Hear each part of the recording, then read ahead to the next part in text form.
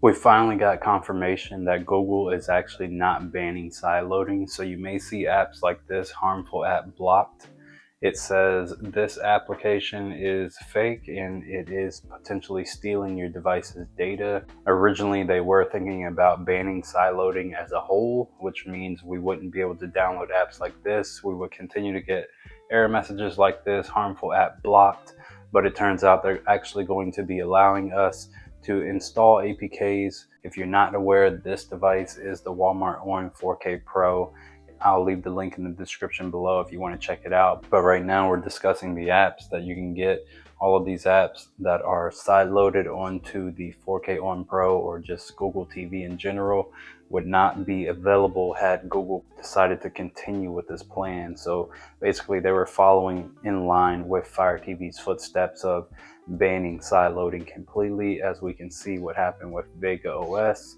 This device here does allow a lot of different apps to be installed. Still at the very top here, you search for an app. If we wanted to type this in and click search, you will see that this app is still in the Google Play Store. So if you're using an Android base and it has access to the Google Play Store, which most Google or Android devices or boxes have access to the Google Play Store, and this app is still available to download directly from the Play Store without any downloader codes or any side loading. So you would still be able to get apps like this, but even legit apps or any third-party app or just any side-loaded app was going to be potentially blocked, put on a deny or ban list. And how they were going to do this, we were eventually going to get updates on all the side-loaded apps that we were going to have installed on our device. We were going to get notices like this: harmful app blocked, this app is fake, it may try to steal your data. So those are the messages that we would see on almost every app that we have that's an APK or side-loaded to this Android box. Although there is a workaround, if you click down here on more details, even though it says it's blocked, the beauty about Android versus over on Fire TV just basically gives you an option to uninstall the app and never use it again. On Google TV, you still actually get the option to install it anyways if you're confident that this app is not going to steal your data and it's not fake.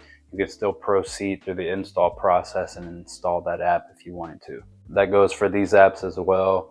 On this side, this one, they are all side-loaded, so those continually still work for me. This one, and this one are actually from the Google Play Store, and you can still download apps like those on this device. So the users that this would have affected power users, this would have affected developers, and this would have affected multiple different devices like Android boxes, NVIDIA Shields, Google TV devices, and the list goes on. So if it was run on Android, it would have just been 100% locked down on this device. So your device would basically look like a Roku, an iPhone, or one of the newer Fire TV Vega OS where you can't install or sideload any apps on it. So if you're looking for a great Fire TV alternative, the 4K ON Pro, you can catch it at Walmart. It's got great prices. They have 3 different options that you can try. They have the HD, I believe, the 4K, and then the 4K Pro. They're all within a reasonable price range.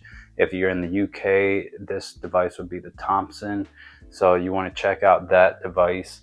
They also have a home tab, which you can check out all of your favorite stuff. So you got to continue watching.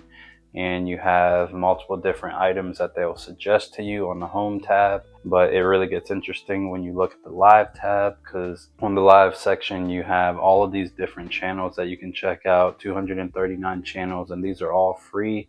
But once again, all you would have to do is come over here to the right hand side and you would just simply click on something, and then that option should load. You can click the up arrow, up arrow, up arrow, up arrow, and you can see how the channels continue to change. If you went back to your home screen, there's also a free section that you can check out all of your free items in here. It's going to be delivered by Pluto, Plex, Roku channel, Xumo Play, Roku channel, Pluto.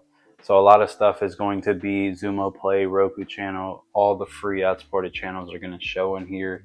And then you have a shop, and then you have an app section, which is where you would access all of your favorite apps from the Google Play Store. So who's this a huge victory for? This is a huge victory for developers, power users, anybody who owns an Android box like an NVIDIA Shield, a Google TV, on 4K device.